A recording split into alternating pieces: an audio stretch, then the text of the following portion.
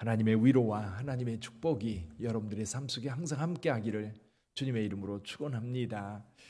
우리가 소아시아 지역 교회를 살펴보고 있는데요. 원래 이제 보통 터키 성지순례를 가면 이쪽 BCD 안디옥 쪽에서 들어가다 보면 우리 성경에 기록된 순서가 아니라 반대 순서로 라우디게아, 빌라델피아, 사대, 그리고 두아디라, 버가모, 그리고 서머나, 그리고 이제 여기 에베소로 이렇게 지나가는데, 오늘 여기 에베소 교회에서 북쪽으로 한 56km 정도 북쪽으로 가면, 해변 따라가면 이즈밀이라고 하는 도시가 있습니다. 지금도 이즈밀은 그 지역에서 가장 큰 도시입니다. 이즈밀이 바로 여기 나오는 서머나입니다. 서머나. 이 서머나에 교회가 하나 있어요. 근데 여러분, 소아시아 7교회 가운데에 지금까지 살아있는 교회는 이 서머나 교회 하나입니다. 지금까지 살아있어요. 에베소 교회도 당시 그렇게 부흥하고 성장하고 강력한 영향을 끼쳤는데 도시와 함께 망해요. 도시 자체가, 에베소라고 하는 곳은 도시 자체가 사라지면서 에베소 교회도 사라지지요. 근데 여기 서머나 교회는 지금까지 살아있어서 예배를 드립니다. 근데 사실은 들어가서 보기가 쉽지는 않아요. 완전히 이렇게 지금 거기가 그 무슬림들, 터키가 이제 98% 정도가 무슬림이니까요. 테러를 많이 당합니다. 지금도. 그러다 보니까 굉장히 이렇게 폐쇄적인데 열리는 시간이 있어요. 그 시간에 들어가서 보면 거기에 지금도 폴리캅이라고 하는 순교자의 그림이 거기 그대로 남아 있습니다. 폴리캅은 주 156년에 순교를 합니다. 이분이 86세에 순교를 당하는데 약 40년 정도를 이 성문학교의 감독으로 있었습니다. 그런데 이렇게 순교를 당하게 되는데, 이렇게 순교를 당하게 되었던 소아시아 7교회 가운데 가장 힘든 교회였어요. 오늘 또 여기 본문의 말씀에 보면 내가 내 환난과 궁핍을 안다.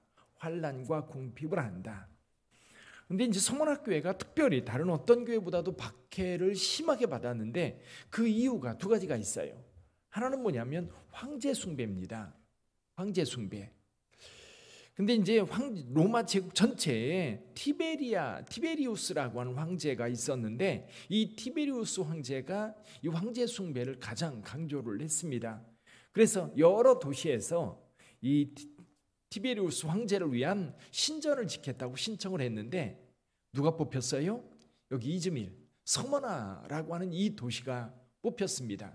서머나에 많은 신전들, 제우스 신전이라든지 여러 신전들이 있었는데 그 중에도 이 황제를 숭배하는 신전이 있었습니다. 그러다 보니까 그 어떤 것보다도 황제를 숭배하는 것에 대해서 이제 숭배를 하지 않으면, 그래서 1년에 모든 시민들이 다 가서 거기에서 이제 황제에게 경배를 하고 거기에서 경배를 했다고 하는 증명서를 받아야 1년을 살 수 있었다고 그래요.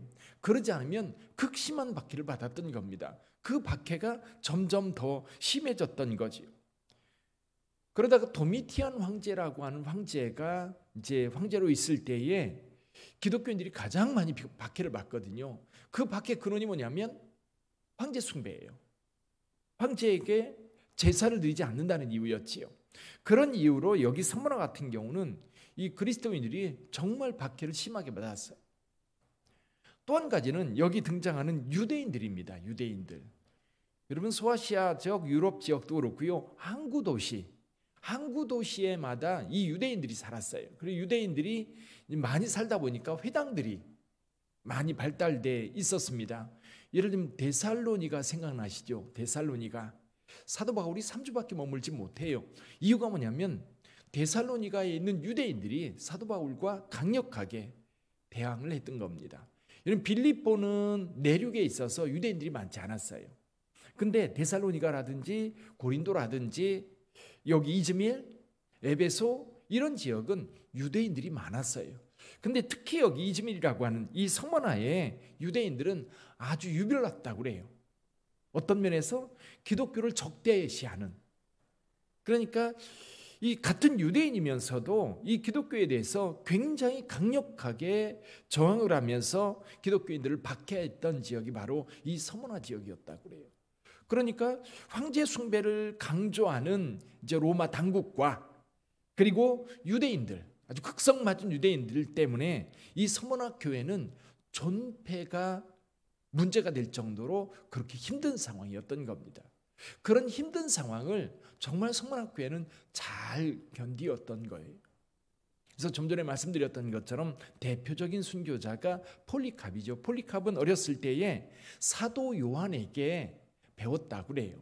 사도 요한이 말년에 에베소에 있었거든요. 에베소를 섬겼었는데 그곳에서 폴리캅은 사도 요한에게 사사를 받았고, 그리고 이 서머나에서 40년 동안 감독으로 있었는데 이 폴리캅은 그 지역 사회에서 정말 존경받는 그런 인물이었던 겁니다.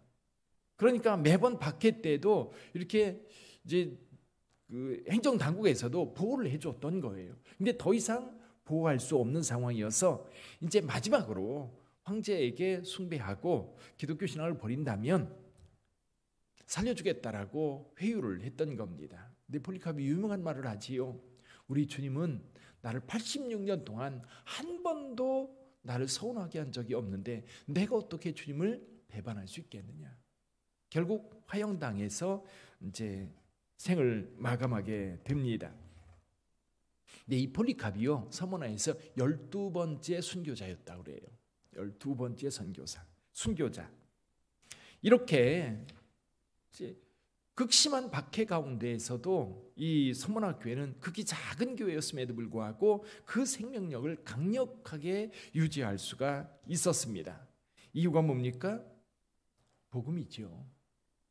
주님을 향한 그 복음을 굳게 잡고 있었기 때문에 그들은 흔들림 없이 갈 수가 있었어요. 씨 뿌리는 비유에 보면 두 번째 비유가 있었죠. 길가가 있었고 돌짝밭이 있었는데 돌짝밭은 씨가 뿌려지면 싹이 난다는 거예요. 뿌리가 깊지 못하기 때문에 이 돌짝밭에 뿌려진 이 씨들은 싹이 납니다. 근데 복음 때문에 박해를 받으면, 복음 때문에 어려움을 당하면 기꺼이 그 복음을 버리는 그런 상황이 바로 이 돌짝밭의 믿음이에요. 오늘날 그런 경우가 너무 심한 것 같아요. 오늘날 우리는 교회 다니다가 조금만 어려우면, 조금만 싫은 소리 들으면, 누군가 감정만 조금만 나빠도 기꺼이 교회를 떠나는 그런 경우가 참 많잖아요. 근데 여러분, 믿음이라고 하는 것은 뭐예요? 하나님이 우리를 구원해 주셨고 우리를 위하여 생명을 바치신, 하나님의 아들이 생명을 바치신 그 은혜를 입은 곳.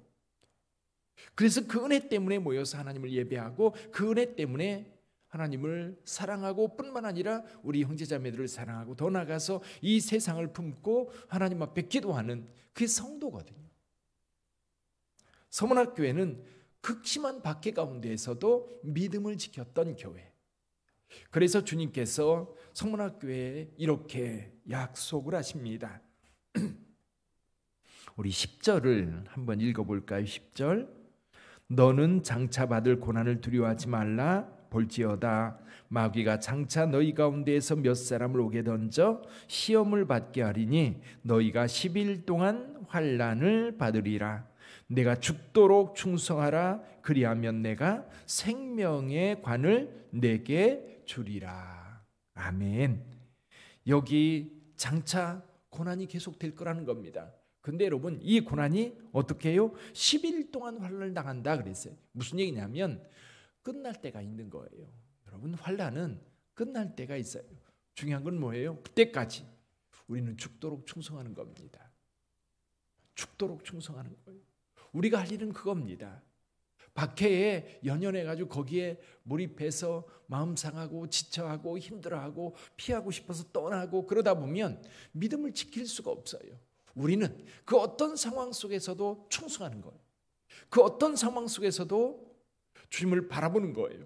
그 어떤 상황 속에서도 주님의 일에 집중하는 겁니다. 주님이 지켜주세요. 생각해 보세요. 폴리캅이 순교하면서, 그리고 많은 사람 순교를 당하면서 그 박해 가운데, 그 고통 가운데 서머나 교회, 우리가 생각하면 없어져도 예전에 없어졌어야 돼요. 근데 그 교회만 살아남아 있잖아요. 희한하지요? 그렇게 번성했던 교회, 그렇게 능력 있던 교회, 에베소 교회, 빌라델피아 교회, 다른 많은 교회들이 있었는데 지금까지 그 믿음을 여전히 지키고 있다고 하는 것은 뭔가 우리에게 많은 것을 생각하게 하고 있어요. 그렇죠? 많은 분들이 고난을 겪으면서 믿음이 성장합니다. 어쩌면 우리 하나님께서 우리에게 고난을 주실 때에, 어려움을 주실 때 그 고난과 어려움이라고 하는 것은 우리를 연단하고 우리를 생명의 멸관을 받을 수 있도록 우리에게 복을 주시는 거예요. 어쩌면 저와 여러분들이 교회 건축이라고 하는 것도 우리에게 큰 짐입니다. 여러분들에게도 힘든 짐이겠지만 저에게도 무척 무거운 짐이에요. 근데 여러분, 이 짐을 잘 짊어져야 그만큼 우리에게 복이 있어요. 그만큼 우리에게 하나님의 은혜가 있어요. 그래서 여러분, 교회 건축하고 나면 간증들이 많아요. 근데 그 간증도요, 내가 그 주님의 몸된 교회 건축에 헌신하려고 할 때 간증이 생기는 거지, 그냥 방관자로 있으면 전혀 은혜가 나타나지 않아요. 여러분, 내가 힘껏 내가 할 수 없는 것을 하려고, 내가 감당해야 될 부분에 대해서 기꺼이 내가 감당하려고 할 때에 하나님께서 내게 은혜를 주시고 길을 열어주시고 능력을 주시고 감당할 수 있는 힘을 주시거든요. 밖의 상황도 마찬가지고요. 어려움이라는 게 그거예요. 십자가라는 게 그런 겁니다. 십자가는 지기 힘들어요. 부끄러워요. 창피하기도 해요. 버거워요. 짊어지고 가다가 쓰러질 수도 있어요. 근데 여러분, 잘 감당하는 자에게 생명이 있고요, 영생이 있고요, 하나님께서 예비한 그 축복이 있는 줄 믿습니다. 서문학교에 묵상해 보세요. 그 어려운 상황 속에서 믿음을 지켰던 그 교회 2000년이 넘도록 그 믿음을 지켜왔다고 하는 것은 놀라운 거예요. 여러분, 박해나 어려움은 우리를 넘어지게 못해요. 오히려 우리를 단단하게 세우지요. 건강하게 세우죠. 믿음이 바르게 세워져 있으면 그렇습니다. 믿음의 뿌리가 약하면 금방 무너지지만 믿음의 뿌리가 견고하고 그리고 그 믿음 위에 굳게 서 있다면 여러분, 하나님의 큰 능력이 우리 가운데 있게 되는 줄 믿습니다. 우리 빛된 교회도 서문학교회 같이 어떤 상황 속에서도 든든하게 하나님 앞에 세워져서 주님 모시는 그날까지 우리 믿음을 지켜가고 그리고 세상 복음화를 위해서 귀하게 쓰임받는, 그래서 마지막 끝까지 충성하는 교회가 되기를 주님의 이름으로 축원합니다. 우리 기도하십시다.